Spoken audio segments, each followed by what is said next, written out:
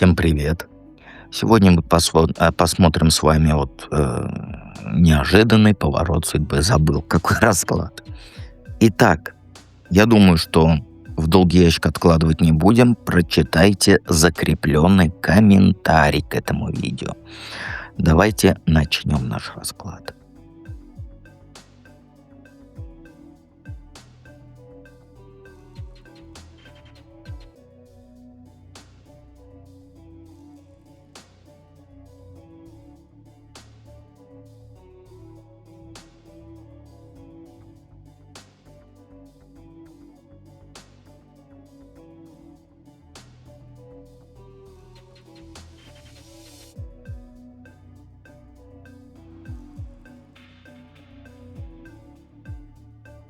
Единички. А для сигнификации у нас вопрос, что сейчас в твоей жизни происходит. Ну, знаешь, у тебя стабильность. И даже есть такое ощущение, что все по плану у тебя идет. Типа вот закрыла один важный этап, получила свои плюшки за старание. Ну, как в личном, так и на работе. Но это не расслабон. Нет. Это скорее как пауза перед следующим рывком. У тебя сейчас такой режим, я все за и против взвешиваю. Прям буквально в одной руке держишь то, что заслужила, а в другой то, что еще придется отработать. Баланс есть, но сейчас он хрупкий. Вот знаешь, вижу, что ты вот пытаешься быть объективной. Старые долги разгребаешь, не только денежные, но и морально. Оцениваешь, кто чего стоит вокруг. И есть такой момент, что ты слишком зациклена на этой справедливости. Ждешь, что там все вокруг будут по твоим правилам играть. А они не играют. Твой бывший, который все еще пытается тебя, как сказать, тюрюнькать через общих друзей-подруг. А ты считаешь, что он должен просто исчезнуть. Но так не получится. Сейчас у тебя позиция, когда надо принять холодное решение. Либо закрываешь гештальты раз и навсегда, либо продолжаешь ныть, что все нечестно. Работа у тебя тоже вроде ровная, но подвох чувствуется. Как будто начальник тебя хвалит, а глазки бегают. Поэтому ухо востро держи. В общем, статус-кво, он есть у тебя, но он тебе мозги выносит, потому что ты интуитивно чувствуешь, что пора уже не балансировать, а шаблоны рвать. Ты какой неожиданный поворот судьбы ждет. Ну, готовься к тому, что тебя ждет, что кто-то умный, кто-то хладнокровный обманет тебя по-крупному. Знаешь, придешь навстречу, думая, что все хорошо, а там окажется, что тебя уже, как говорится, обманули. И самое гадкое, что этот человек у нас твоего круга. Не какой-то левый типок, левый мужик, а тот, кого ты считала адекватным. Может, даже советовалась с ним. И он вычислит твои слабые места, а у тебя это перфекционизм, вера в честную игру и это все. И нанесет именно туда удар. А это там и использование личной твоей информации против тебя, и это все гадко. И сделает это так, что ты сначала даже не поймешь, откуда ноги растут. А когда поймешь, будет поздно что-то менять. И это не случайное что-то. Это прям спланированная акция. И тут нет про невезение. Нет, это не оно. Это про то, что ты расслабилась и поверила в свою неуязвимость. А кто-то давно точил, как говорится, ножик за спиной. И самый большой пипец, это, знаешь, в том, что тебе придется смотреть правде в глаза. Ты проиграла, потому что ты недооценила противника. И последствия будут. Это денежные потери. Это репутация. Понимаешь? Ну и полный разрыв с этим человеком, которого ты считала, как говорится, союзником. Знаки не вздумай игнорировать. Если в последнее время чувствуешь вот такое легкое подтупливание коллег, да, или паузы странные в переписке с кем-то, это вот как раз оно. Как тебе быть, зная все это? Ну, знаешь, хватит ныть и себя в руки бери. Готовься к войне. Сейчас, знаешь, не время сомневаться. Надо четко обозначить границы и дать отпор всем, кто пытается на тебя чуть-чуть хотя бы надавить. Вот я вижу, что ты уже чувствуешь, что какая-то вот ерунда назревает уже. Вот не жди, когда гром грянет. Собери все свои ресурсы, а это там связи, документы, подушку денежную.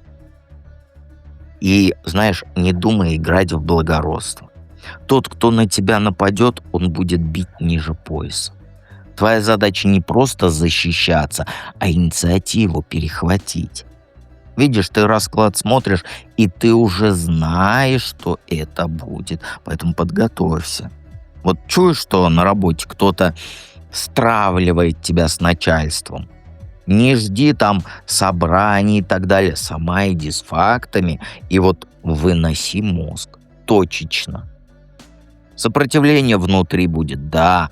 Тебя могут стервой назвать, но это лучше, чем вылететь, как говорится, с работы. Удача, она на твоей стороне сейчас. Но только если ты не будешь сложа руки сидеть. Шанс выйти сухой из воды есть, но ловить его надо агрессивно. Понимаешь? Если подвернется вариант сменить работу на более лучшую, то не думай 100-500 лет. Соглашайся сразу, даже если условия, вот, как сказать, чуть-чуть получше, чем на этой. Потому что потом будет поздно. Главное, в угол себя не дай загнать. Надо наорать на кого-то, наори. Надо, как говорится, дать морально, как его, лещом, давай. И бояться перестань. Потому что ты сильнее, чем кажешься. Просто включи мозги и вперед иди. Как вот танк, да, снося все на своем пути. Ну тут все по картам понятно. Давайте перейдем ко второму варианту.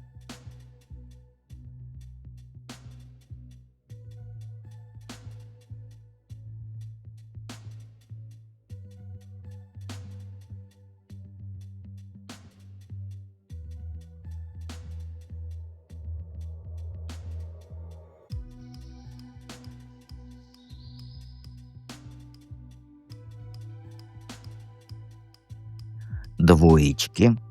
А первые две карты сигнификации — это что сейчас в твоей жизни происходит. Ну а ты сейчас, знаешь, вот как будто сидишь на куче золота, но боишься пошевелиться, чтоб монетки не загремели. У тебя по всем вот направлениям, по всем фронтам жизни все хорошо. Дом у тебя крепость, счета оплачены, родня под присмотром, может, даже сбережения на черный день есть. И все это ты выстрадала годами. Теперь ты пожинаешь плоды, но загвоздка. Ты, знаешь, вот ты превратилась в такую, знаешь, вот эмоциональную диктаторшу. Вроде все под контролем, а внутри буря. Только ты ее глушишь, как вот не как сивка глушит булку. Ты же не даешь себе права на слабину, потому что надо марку держать.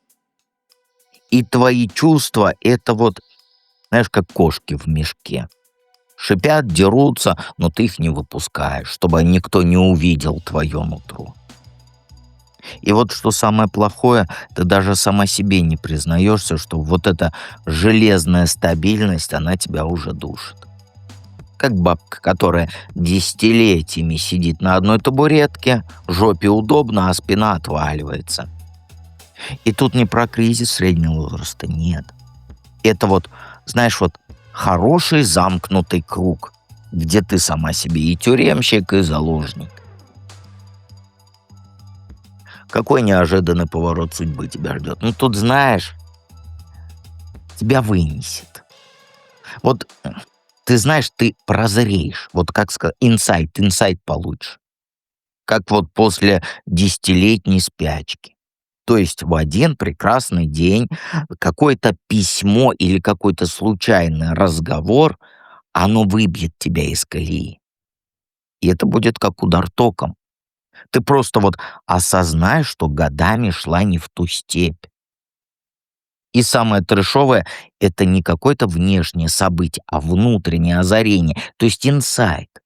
Ты поймешь, что твои вот эти «надо», «должна» — это все вранье, которое ты сама себе впарила. А потом тебе возможность подкинут, от которой ты раньше бы вот шарахнулась, как черт от ладана. И речь про дело, вот где придется не командовать, а впрягаться в команду с другими. Понимаешь? И ты не успеешь испугаться даже. Интуитивно потянешься к этому, как вот алкоголик к бутылке.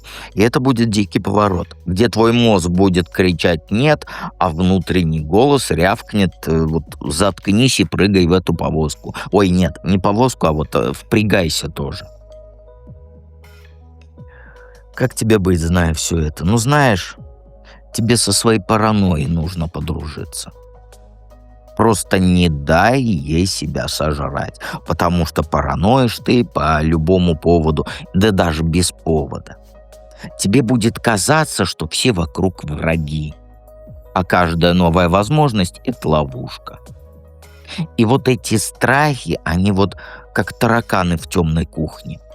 Будут шебуршать, будут пугать, но вместо того, чтобы включить свет и тапком их давить, да, тебе надо сделать вот, как сказать, понять, что у тебя своя крепость. У тебя семья, подруги, даже привычные коллеги. Это твоя броня. Знаешь, вот соберись с подругами и сделай вот, как сказать, не форум для нытья, да, а праздник. С шариками, с пьяными танцами. Пар выпустить нужно, чтобы, как говорится, даже соседи полицию вызвали. И это я ни в коем случае не про побег от проблем, нет. Это про то, чтобы показать своим демонам, кто тут главный. Не пытайся анализировать каждую ерунду, просто делай, что должна. Понимаешь? Твоя задача — это не бояться старое отпустить, когда вот новая опора, она уже в руках. И никаких вот этих «а вдруг у меня не получится», который ты любишь. Ты же не в кино играешь, где можно сцену переснять, правильно? Просто иди, упадешь, матерись, громче матерись, поднимайся и дальше идешь. Больше никак. Вот такие вот пироги. Давайте перейдем к третьему варианту.